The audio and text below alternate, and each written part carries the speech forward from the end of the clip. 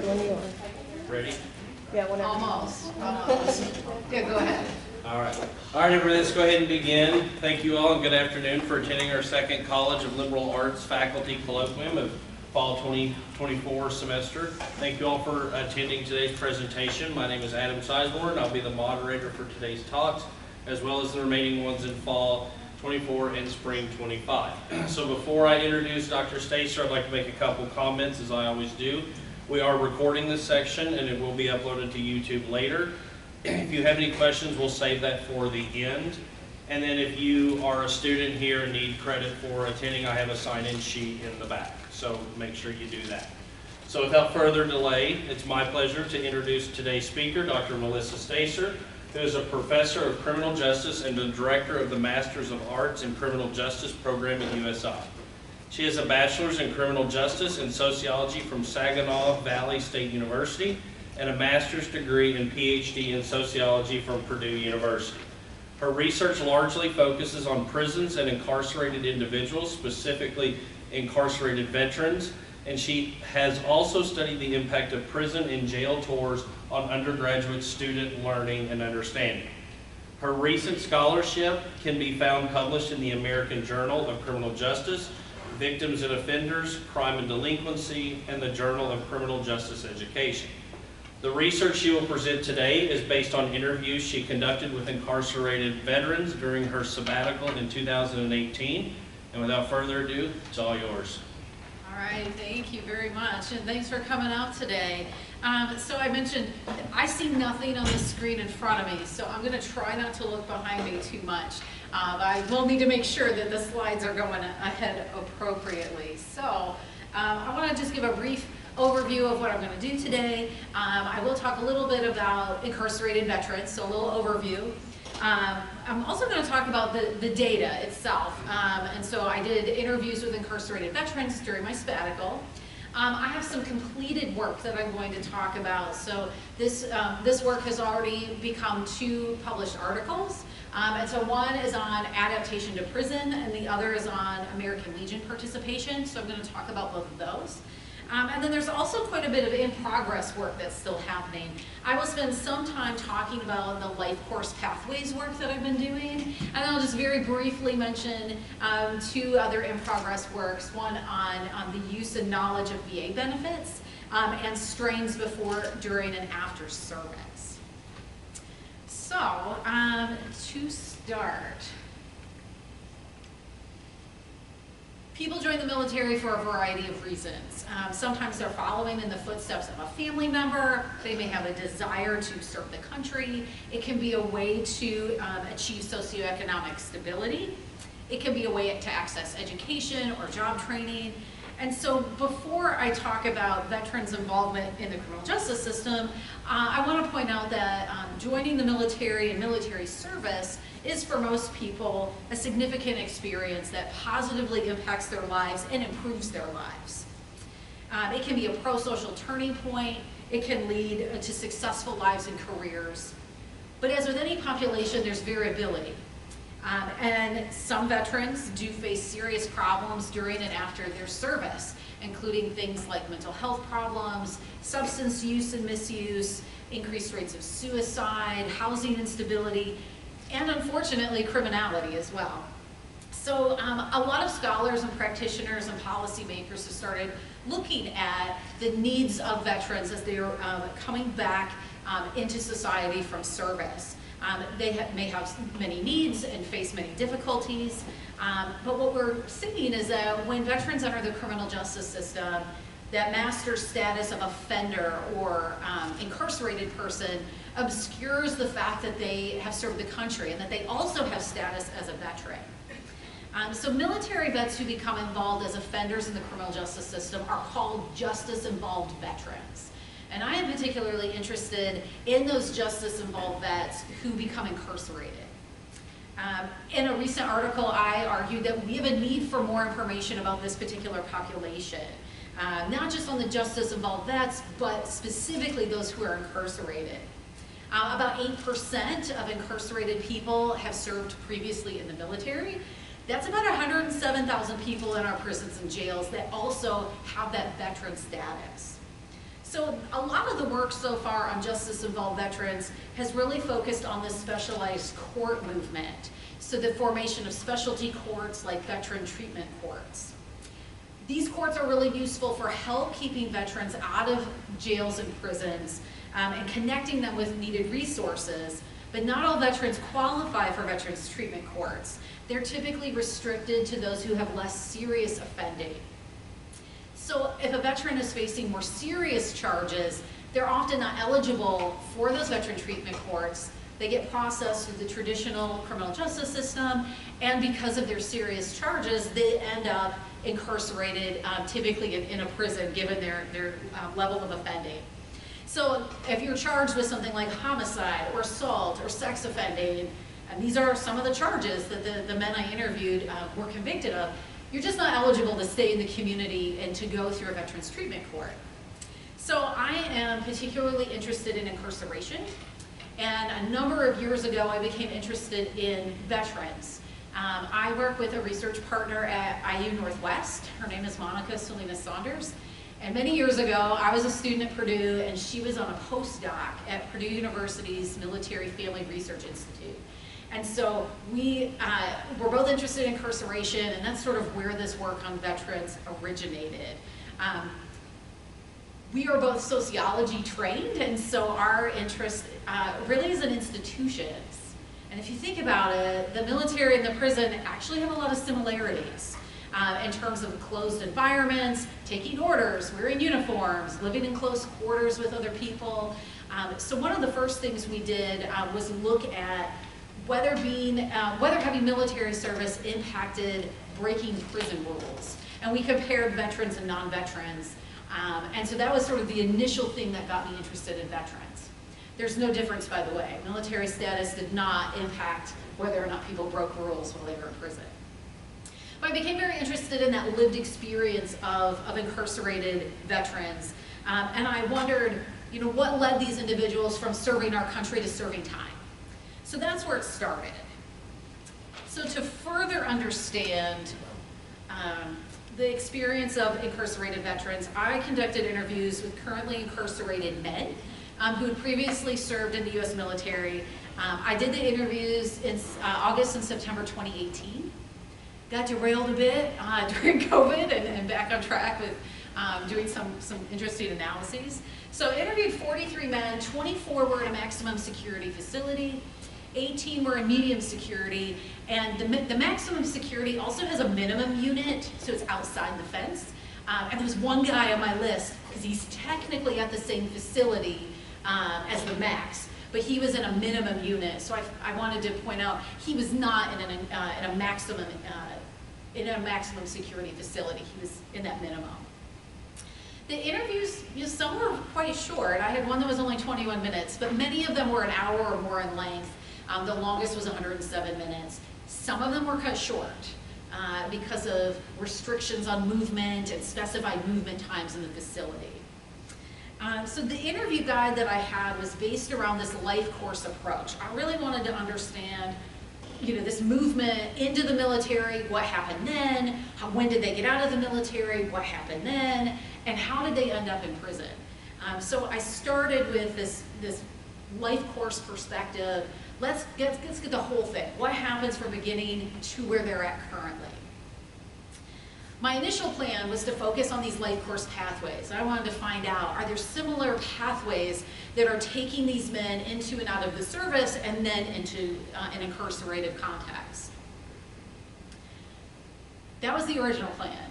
But as I was actually still doing interviews, I just found so much more than I anticipated. So I ended up going in a couple different directions. I finally am on the life course pathways stuff. But the analytical approach is, I did these interviews, they're audio recorded, they got transcribed, and I was using a qualitative data analysis technique, doing a thematic content analysis approach. So really going through these transcripts line by line, and I had some ideas right from the get-go, because as I was interviewing, so many of these guys talked about how being in the military had helped them adapt to the prison. That they felt that they could do better in the prison context. They weren't breaking rules, they were getting along with their cellmate or dorm mates. And so I was really interested in that because it kept coming up. So that was the very first topic. I thought, oh, I'm gonna look at this first. This idea of adapting to the prison environment. I do want to note, my research partner, Monica Selena Saunders, I did all the interviews, and we just work really well together. I love doing co-authored work, so very quickly I invited her on board this project. I said, I need you, I need your expertise here. And so she's come on board this first paper. So I want to tell you a little bit about adaptation to prison. We also call this prison adjustment.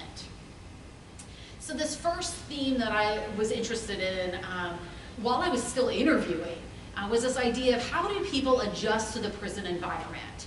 Has anybody been to a prison before? Okay, a few people have been to a prison before.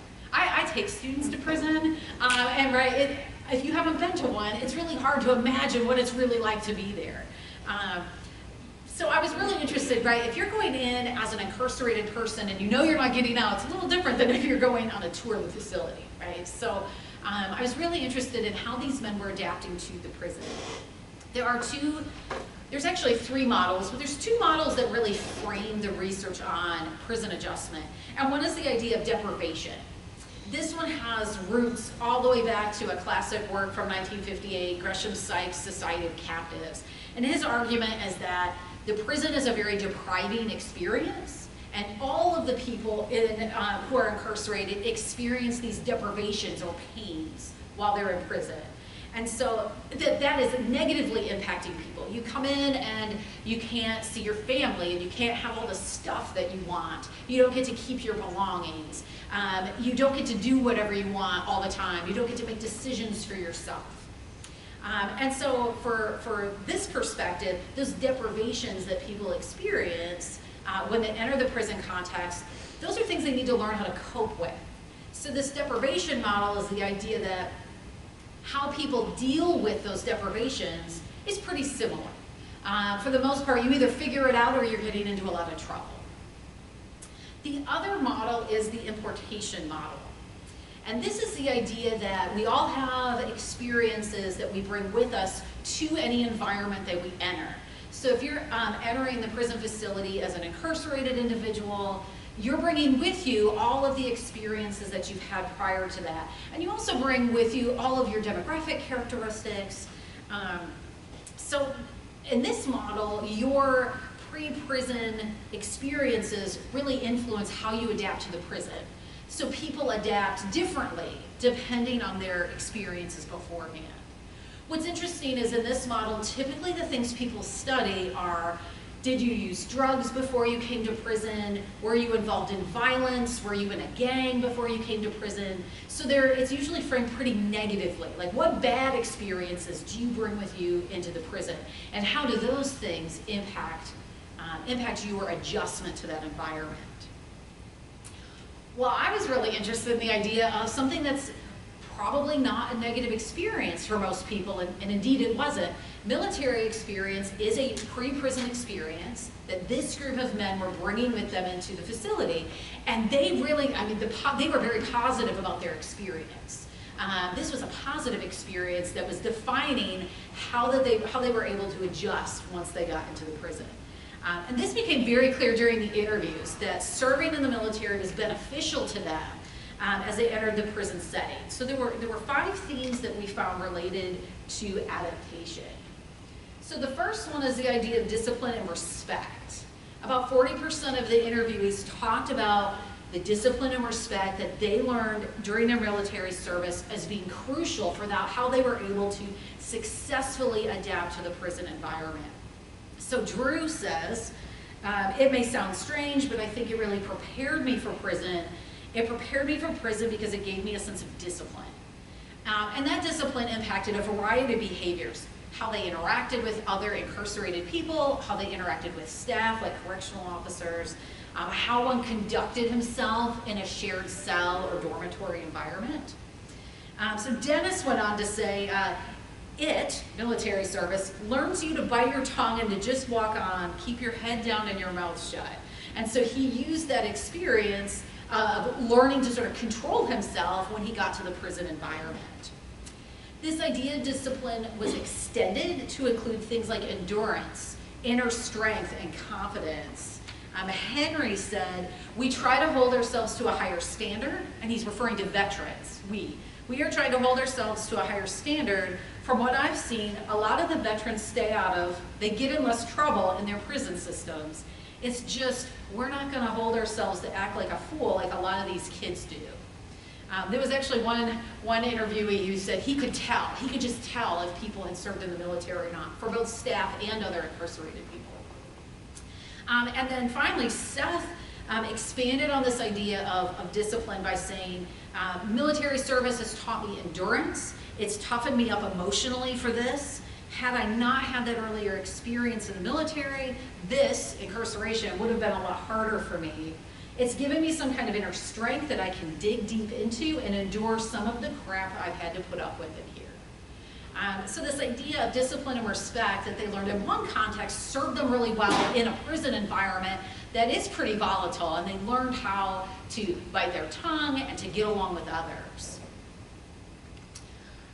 The second theme involved many of these interviewees pointing to structure and routine that they learned in the military and how helpful that was when they got to the prison. Over a third of veterans discussed this as important. So Robert talked about the idea of a regular routine. He said the routine kind of thing is definitely a military kind of thing where you do the same thing every day. Michael talked about the structure of the military and the prison as being what kept him out of trouble while he was incarcerated. He said, I think the structure of the military has made being in prison easier. It probably helped me stay out of trouble. I've done a lot of time and I don't get write-ups. I don't get in trouble. I do what I need to do and just stay out of the way. Larry went into a bit more detail about the schedule. He had served in the Navy, and he says, I've told everybody that I've ever talked to, I'm treating this, being incarcerated, like I was in the Navy. And so he talks about being on the ship, and he was 6 hours on and 6 hours off. And so he was treating the schedule and routine of the prison similar to how he treated being deployed in the Navy. That similarity of environments comes up again and again. Many of the veterans I interviewed basically could sum up their experience as, I'm used to it. When you'd ask about the prison environment, well, I'm used to it because I went to basic training. Quite a number of interviewees talked about basic training as something they thought about and referred back to as they were serving time in prison. So Trevor talked about restrictions of basic training and compared it to prison. And he says, coming here is pretty much the same thing. I can't go outside unless they tell me to. I can't go out of my cell until they tell me to. So Zach also talked about this. This is basic training to me. It's the exact same. The way they march, the food, that's basic training. The way they put you in an open dorm barracks, that's basic training. This is basically just 20 years of doing basic training. And John also went on to say, he affirmed this idea by saying, if we had different uniforms on and you went into these dorms, you'd have thought you were in a barracks. I felt like I was in formation at boot camp again. So these guys didn't desire to be in prison, right? They weren't happy about it. But it wasn't viewed as the hardship that it could have been because they had already been through a similar kind of experience of deprivation during their basic training.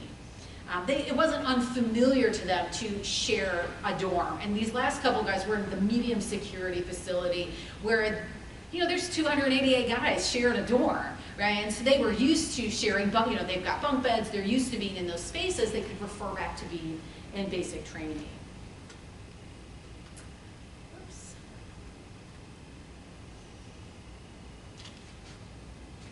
The fourth theme, 4 out of 5, so I got one more after this. The fourth theme was about following rules and obeying orders. This was another important topic for them. They were familiar with following orders in the military. They didn't always do that successfully, by the way. That's another paper.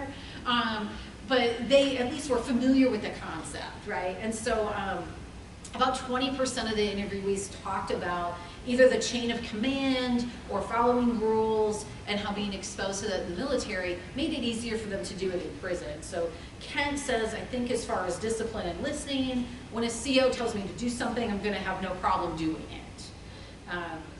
Edward talked about how military service helps because you got to have regimen. You got to understand how to take orders and things like that. It's just very similar here. They do expect you to stand up when they do inspections like the military. A couple guys did also specifically mention things like the chain of command or the idea of rank. Dennis went into some detail talking about whatever context you're in, you have to always listen to someone or somebody above you. There's a chain of command to go through, whether it's in a job at McDonald's or in a company of thousands of men being in the Army. You've got somebody you've got to answer to. There's always somebody that makes you jump through a hoop. And he says it helps you cope a little bit. It definitely maybe gave me the skills to be able to fall in line and hold your tongue, because it's definitely of importance in here, in the prison. And a few guys also talked about, in this final category, the idea that the military taught them useful skills that they could use in the prison in terms of being aware of and alert to their environment. So Peter talked about the importance of being aware when he said, I think the best thing is to stay aware of your surroundings, and that being in the military helped him to stay, by him being there and especially in combat, staying familiar with your surroundings, because you never know what's going to happen around you. Kent also discussed how the military taught him observational skills. He said the military gives you observation. That's probably the biggest thing in my life. I observe everything.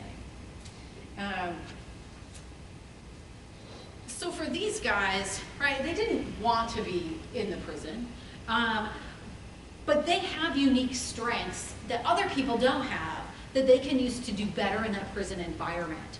And so this idea of looking at the strengths, looking at the positives that they can bring into a rehabilitation environment is really something we don't do in criminal justice a whole lot. We focus on the deficits. We focus on what problems do you have, what needs do you have, and how can we address those needs through a program. Well, I think that this shows these guys have real skills that could help them do better when they're going through reentry. 95% of inmates are going to get out. They're going to be getting out of prison and re-entering our society, and if we can help this group tap into these things that they've already learned, the skills they've already gained, we could potentially help them do better upon re-entry. This paper is out now. It's in the American Journal of Criminal Justice. It came out earlier this year. And so I'm really excited about it because it just seemed so obvious once I started doing this work, but nobody had really done this before. So I was really excited to get this out there and to start thinking about how can we create programs to help this group harness the strengths they have in order to live pro-social lives. The next big project I want to talk about, this one I'm really excited about. I'm kind of excited about them all, but this one I'm really excited about. So. When I first started going on to these interviews, I had no idea that there are American Legion posts in some correctional facilities. No idea. But the guys started telling me about, because I asked them, do you participate in programs? Do you belong to any organizations? And a lot of them said, yeah, I'm in the American Legion here. So I was pretty excited to study the American Legion. Had no idea I was going to do this, and this is what I love about research. I still haven't gotten to my original purpose for doing the interviews yet because I had these other ideas that came out during the research process. So I just thought this was really fascinating and I decided to focus on this next. So I'll tell you a little bit about the American Legion. So the American Legion was chartered by Congress in 1919. It's a patriotic veterans organization. It is one of the most influential nonprofit groups in the US. It has more than 13,000 posts worldwide, and it's almost 2 million members. What's fascinating to me, and look, you can look this up, if you know the town a prison is in, if you go to look up the towns on the American Legion website that have an American Legion post, you won't know which ones are in prisons and which ones are just community posts. There's no way to distinguish those on the American Legion website. They treat them just like any other post. So if you know the town a prison is in, you could find that maybe there's a post there, but is it in the prison or is it in the community? If they just treat it like any other post. So this particular manuscript just got accepted in August, so this is going to be coming out hopefully pretty soon. It's available as an online first right now. So I was interested in this American Legion stuff, and again, we found 5 themes surrounding this involvement of the incarcerated veterans in the American Legion post. And so the first one surrounds this idea of feelings of camaraderie and brotherhood. This was a major motivating factor to join the American Legion post while incarcerated. This idea of group membership being important for identity and for pride. So Drew said we basically just provide brotherhood, a place where people can come and get away from whatever's going on. They can come over here. It's all about the camaraderie. Devin talked about, he actually compared it to a gang organization, and he had been in a prison gang when he first entered prison in the 90s. And then as he got older, he joined the American Legion, and he explicitly talked about if there had been a Legion in the 90s, he probably would have joined that instead of joining the prison gang. So he says, you know, by the time he was able to join the American Legion, he's a little bit older, and he said, you know, I didn't need a gang organization, this, that, or the other to be a part of, because I have a brotherhood that I know is more solid over here, and that really stood for something over here. I became a part of the American Legion and left everything else alone. So he's, you know, it's another group where he can feel that sense of identity and brotherhood with people, but it's in a positive context, not a prison gang context. Stephen also talked about wanting to be in a brotherhood and not to be in a gang. He specifically says, I wanted some type of brotherhood, not like in a gang mentality or anything, but I really didn't have anyone. So I'm like, well, this would be a chance to meet some new people. A pretty big theme surrounded this idea of serving others. If you want to serve others and you're in prison, you're pretty limited about what you can do. And the guys knew this. They knew that their American Legion posts could not do the same kinds of things as American Legion posts in the community. But that didn't mean they couldn't do anything. So there were 3 elements of serving others that popped out. One was about helping other incarcerated veterans get their VA benefits. So Drew talked about, you know, just trying to help guys get their benefits and everything that they need so they can, because some guys don't have any support coming in. They have injuries that they received while they were in the military, and so we're working on that type of stuff. So there was an explicit desire to help other incarcerated veterans. There was also a desire to help in the community, and this largely could be done through fundraising or donating to outside organizations or causes.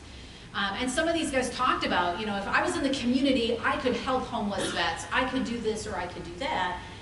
They can't really do any of that from the prison. But what they can do is raise money. And so they would have fundraisers. The American Legion had just voted to donate $1,000 to a girl who was earning money for Special Olympics. They donate money to shelters and food pantries. And so they were, you know, this was one way that they could give back to the outside community. And then there was also simply the idea, that general sense of helping other people. So Lewis said, we do so much good here, so much good. The whole idea of the American Legion is that you are here to service your fellow veterans, the veterans community, and the community in general, and make it a better suitable living area, and make it a better situation for veterans to come to, even if it is in a prison. So this idea of just wanting to help others in some way. Joining the American Legion allowed people to have a routine. It gave them something to do. And it also helped improve their quality of life. So there's 3 subcategories here as well. The first one is literally it is something to do. Some of these guys had done every program that the facility had, and they had nothing else to do. And so this was another activity to occupy their time. So Andrew said it's something to do while I'm here, because like I said, there's nothing really to do here. In both of the facilities that I went to, the guys in the Legion talked about facility beautification. And this was a major project that their Legions had taken on, where they were beautifying the facility. They were doing the landscaping, they planted flowers, and this is on the inside of the facility, so it is really improving the quality of life for the people who are living in the prison. So Eric talked about this. All of the landscaping you see around, all of the flowers, the Legion does all that. And it's volunteer. They get up on Saturday mornings, and he says, instead of laying in the dorms on Saturday mornings, when everybody else is laying back watching TV or playing cards or whatever, we're out beautifying the neighborhood. So there was a structure and a routine. You know, if Eric had been not incarcerated, he might have spent Saturday mornings mowing the lawn, right? Or doing something like that. So he's sort of recreating a routine in the prison that he may have had, or in some idealized world may have wished he'd had, but he's also improving the quality of life in the facility. There were also personal benefits too. William talked about, the dorms don't have air conditioning in the summer, and that, if you're in the Legion, you can go out and see a movie and get a thing of ice cream, that the Legion sponsored those kinds of events for the members of the Legion. They also had access to things like special family days. They could actually have cookouts with their families on the facility grounds, and they were able to do that because they were in the Legion. The fourth theme had to do with creating community. The American Legion was a substantive way that they could create a sense of community behind bars and be part of something larger than themselves. The military provided that sense of community for a lot of these guys before they went to prison. And so some of them really acutely felt that absence of belonging to a group or to a community. And so we know group membership can be a really important source of that sense of community. So Edward talks about, when I'm clean from that, clean from drugs, I want to be a part of life, I want to be in society. So I join these things and I'm active in all this stuff. He wants to be in society, but he's not in society, he's in prison. So he's trying to find that sense of community through the American Legion by being with other veterans. James also talked about transferring his membership to a different American Legion post when he got home. And a couple guys talked about this. James says, when I go home, I can go to the Legion at home and be part of the community a little bit back home. If I decide to switch towns when I get out of here, there's gonna be a Legion. And so there was another guy who talked about how he could help other vets by being in the Legion when he got out of prison, but the Legion could also help him by helping him network and find a job. The last big theme here about the American Legion has to do with leadership and conflict. So like any organization, especially one affiliated with military service, there was a hierarchy of leadership that was required in the American Legion post. And with a hierarchy, there can be power struggles and conflict, which came up quite a bit. Many of the interviewees had held or currently held leadership positions in their post. They were commander, vice commander, second vice commander, sergeant in arms, and they were proud to have those positions. They spoke with pride about being elected to those positions and the good that they felt they could do. However, and we see this in American Legion posts outside of prison too, there's often a limited number of people who are eligible to have those leadership positions. There's a limited number of active members who can be in those positions. We've seen American Legion posts closing due to lack of eligible members and a lack of people to run the organization at those particular posts. I will tell you, in one Indiana county, there is one American Legion post still operating, and it's in the prison in that county, which is pretty striking. But this issue of not having enough eligible people for leadership roles was also a concern at these prison-based posts. Several interviewees mentioned that the requirements to hold a leadership position meant that very few were eligible, and so the ones who were talked into having a leadership post. So Brian said most of the vets in prison didn't have a lot of time in the military, and he said, since I had a career, I stepped up to be the first vice commander. Another issue that really came up was this issue of strife or conflict among either the members of the post or between the post and staff. People have their own personal histories and different personalities. So Larry said he was not even interested in joining the American Legion at his prison because there was a particular prison staff member that sort of did a lot of, because you got to have a prison staff member coordinating and helping your organization to work inside. They couldn't just go it alone, and so Larry didn't like that guy, that particular prison staff member, and he didn't want to join the Legion because of that. Drew also had some personal conflicts with a staff member, and he says it was personal conflicts between people in it, so referring to other incarcerated people. It doesn't help when certain individuals don't like you, and then he mentions, for instance, this particular prison staff member doesn't like me as the commander. He thinks I'm way too young to be the commander because of what I'm in prison for. And I've never told you what these guys are in prison for, but in case you were interested, Drew was in there for a homicide involving his girlfriend's baby. It was a shaken baby incident. And so he felt that his leadership was challenged because of the conviction he was in prison for. And some of the incarcerated veterans were very critical of the other veterans in the post, who they thought were power hungry or just trying to be in charge.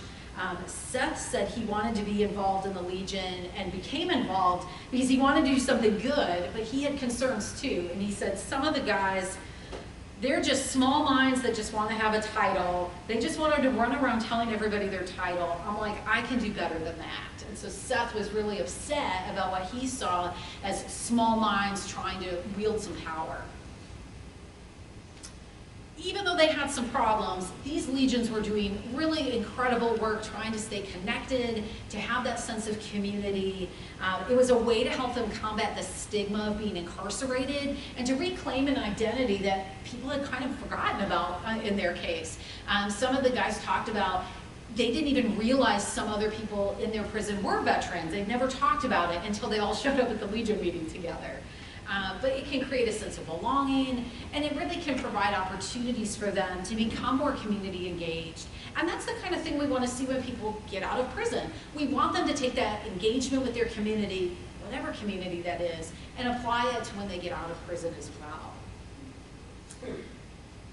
I really loved doing this. I was so fascinated. This has become quite a thing. There are a lot of Legion posts, not just in the state of Indiana, but there's quite a few in prisons across the country. So it's just really fascinating. So those two things are already published. I have an in-progress work I want to tell you about, because it's actually the reason I did the interviews, and it's been 6 years since I did those interviews, so it's nice to get back to that original purpose. So I started this research because I was really interested in that pathway from in the military to then ending up incarcerated. So this is in progress manuscript number 1. This is also with my research partner Monica. So one of the theories that's increasingly popular in criminal justice is a set of theories called developmental and life course theories. A lot of our theories just focus on childhood, and they try to explain delinquency. And so developmental and life course theories try to look at the life course as a whole and to recognize that what happens in adulthood is important too. And so the idea here was to think about, I wanted to think about a typology. I saw so many similarities in the life courses of these individuals. And I had 4, and then I cut it down to 3. I sort of, combined a couple together. So this is definitely still a work in progress. My work is really informed by Sampson and Loeb, who talk about turning points. And they are social bond theorists, so the idea that having good relationships with your parents and having pro-social peers and being attached to school or to work, that those are the things that make us not want to commit crime. Well, these guys talk about how that is important in adulthood, and they talk about the idea of the turning point, that you can experience an event in your life, even later in life, that can sort of turn your life around, right? That you're not stuck on a defined pathway. If you were a juvenile delinquent, you're not destined to be a criminal, that you can take advantage of a good job or a pro-social relationship and turn your life around. Well, they talk about military service as being one of those potential turning points. And so I was particularly interested in this because for this group of individuals, these incarcerated veterans, military service was not the positive turning point that it was in the original studies that Sampson and Loeb did. So I was interested, like, what went wrong, right? So what happened? So there are really these 3 pathways that I've been working on. One is the idea of instability across the life course. And this was the largest group. I'm going to talk about each one of these in a bit more detail. But this is the idea that they had instability as children in their childhood homes, as they entered the military, as they stayed in the military, as they got out. They had problems throughout their life course. The second group was much smaller, and this was the idea that the crime for which they were incarcerated was really the only aberration in an otherwise pro-social life. And the third category was a small group of individuals who lived pretty pro-social lives until later in adulthood, and then started to experience instability, sometimes, so this group includes sometimes as a result of drug addiction. Okay, so don't worry about all this. I highlighted the domains to think about. So this first pathway is about instability across the life course. So these are individuals who really had problems in all 5 of these domains. In their childhoods, there was instability in the childhood home. Parental divorce, death of a father, drug and alcohol use by parents, mom's new boyfriend was abusive, relationship difficulties with their mother, they performed poorly at school, they were involved in juvenile delinquency. That same group joins the military. These are the same guys. They join the military, and the instability continues. They are fighting, they're going AWOL, they're using drugs and alcohol, they have trouble following orders, and in many cases they're discharged early or asked not to re-up. Like, nobody's dishonorably discharged in this whole group. Now, some of them had general discharges that got to change, and they could get it changed in 6 or 12 months, right? But yeah, the military does not want to keep them because they're not doing very well. In their relationships, pretty unstable relationships. Of the whole group, out of all 43 interviewees, only 3 said they were currently married, and 2 of them were separated. So there's one married guy who's like actually not separated. He's not in this group.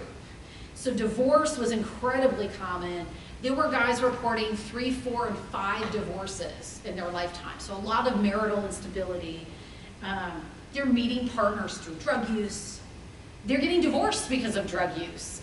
Sometimes they're, if they got into drugs and their wife didn't want them to be in drugs, the wife would just say, I'm out of here. And partners didn't want to be prison wives. So some of the divorces are because the man went to prison. They don't want to put up with that. They don't want to be a prison wife. This group has trouble with work and employment. They have trouble finding work and keeping work. They're fighting at work. They're arriving late to work because they're partying, they're drinking, they're using drugs. And many of them were selling drugs either instead of legitimate work or to supplement legal work. So again, it was kind of funny. There was one guy who nothing was ever his fault. He would get in fights with his coworkers, with the boss, and nothing was ever his fault. He could always get a job. That's what he told me. I can always get a job, but he could never keep these jobs because he was always fighting with people at work. And then the last domain, criminality. Pretty consistent involvement with the criminal justice system, including criminality that was not ever caught by the criminal justice system. So many of them had been arrested before.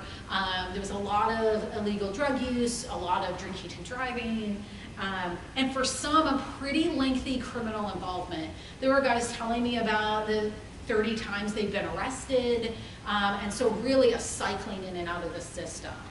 So that instability was pretty constant for this group, and this was the largest group for these pathways. So I thought when I started this, I would see a lot of people coming home from deployment and trying to cope with mental health issues through substance abuse. That's what I thought I would find. And I did not find that. They had pretty unstable lives before they joined the military, and it just kept going. The second group was really fascinating to me. There were a whole lot of guys in this group. There's only 5 vets. I interviewed 43. There's only 5 in this group. Great childhoods, exemplary or at least uneventful military service. Some of them had pretty lengthy service, much longer service than the first group. They were employed they had good employment. Some of them had 10 or 13 years working with the same company. One guy worked, he had a factory job, the same factory job for 15 years. they have stable relationships when they have that. So the one married guy is in this group. They don't have lengthy or sustained contact with the criminal justice system. 2 had never had any contact at all. 1 had an alcohol offense as a teenager, and 2 had DUIs in the early 90s. And that was it. They were not in and out of the system. They're not having contact with police. But they're in prison for really serious things. They're in prison for murder, they're in prison for manslaughter, or child molesting. So these are not minor offenses. So their first offense was a really big one. I want to know more about this group because it just seems weird that they would have such pro-social lives, normal sounding lives, and then have these really serious offenses. One guy in particular, it seems at least understandable why he committed a murder. He talked at length about, well, he called his wife got together with her high school boyfriend who just got out of prison for drugs. And so he kept referring to that man as a homewrecker because his wife wanted to divorce him and go back with this boyfriend who just got out of prison. And he just could not handle this. And so he is in prison for murdering that new boyfriend and for attempted murder on his ex-wife. He actually was going to kill them both. He shot them while they were in bed, but he went above his wife's head. He decided last minute he didn't want his kids to grow up without a parent because he knew he was going to go to prison for it. So, but he did plan it. This is not a crime of passion by any means, and he definitely planned it. One guy talks about he had molested his adopted daughter for years and felt guilty about it and turned himself in. So this group is small but very, very interesting. The final group is a mix of 2 things that are related to later in life instability.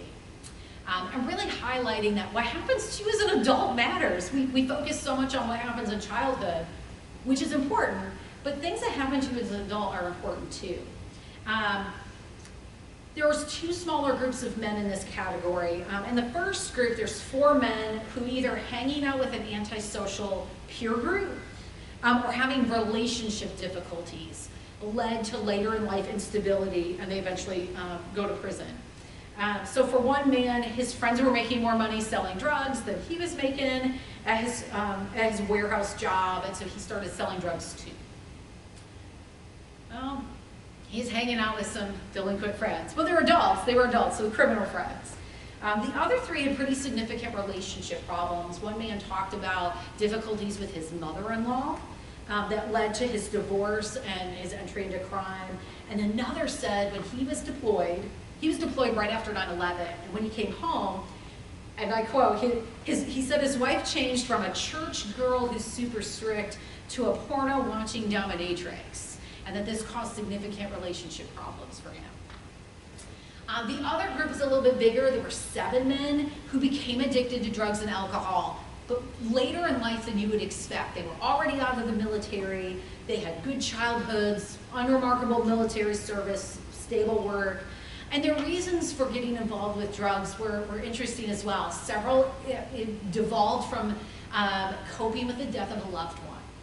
So one, it was the death of his father, the other was the death of his significant other. They were not married, but they'd been together for a long time. Sometimes they got involved in new relationships with women who were involved in drugs, and then they started using drugs with those women. And a couple started because of legitimate prescription drug medication. They had injuries, they were legitimately taking pain medication that then evolved into illegal drug use. So I had these as separate categories, and I've kind of put them together in terms of they both represent some later in life instability. Okay, last thing. Kristen's here today. She's like, don't look at me. I am doing some work with Kristen Colson. She is one of our graduates from our Master of Arts in Criminal Justice program, and she was interested in doing a thesis, and she's interested in veterans, and I have these interviews with veterans, and I had these transcripts, they're de-identified, and so we're actually working on 2 different parts of 2 articles that we're trying to pull out of her thesis. One of them we actually presented about a week and a half ago. I didn't even know the benefits was out there. quote from one of the guys, looking at VA benefits and the knowledge and use of VA benefits by this particular group, because incarcerated veterans represent that sort of worst case scenario in terms of what do they know about their VA benefits, and do they know how to access or use their VA benefits. So we're working on that. The other one we haven't done as much, I haven't done as much work on yet, but looking at different strains. So think about like stressors or issues that you might have, looking at the things that these men experienced before they went to prison, or strains or stressors, before they joined the service, during the service, what strains they experienced, and after. And thinking about how those strains changed over time and their ability to cope. And some of them, they're coping, using criminality as a way to cope rather than legitimate coping. And they had access to VA benefits that maybe could have helped them cope legitimately with their strains. So these are in progress. More to come on those. What's next for me? Finish what I've started. I have these 3 papers in progress. I do want to start a new project, and I was thinking about looking, because all my interviewees were men, and so I was thinking about doing something with female incarcerated veterans. I actually found out this morning there are 15 female incarcerated veterans in the state of Indiana, which is a pretty small, I knew it would be small, so I'm not sure what I can do, I don't know where that's going to go, but I'm always thinking about the next project. I want to thank you all for coming, and I'm thanking so many different people and things for making this work possible. I've had a bunch of money and time that I've been able to get to make this work possible, and I definitely want to thank the Department of Correction. Each facility that you go to do research has to approve it. Each warden has to approve it. And there's a lot of staff involved. And of course, nobody has to talk to me. It's all voluntary. So I'm very appreciative of the incarcerated people who were willing to give up their time to talk to me. So thanks for coming. I welcome any questions or ideas that you have. Yeah, thank you.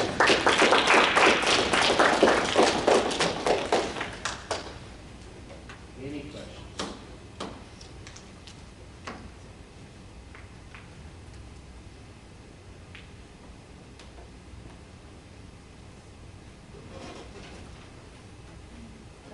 Question. Did you look into like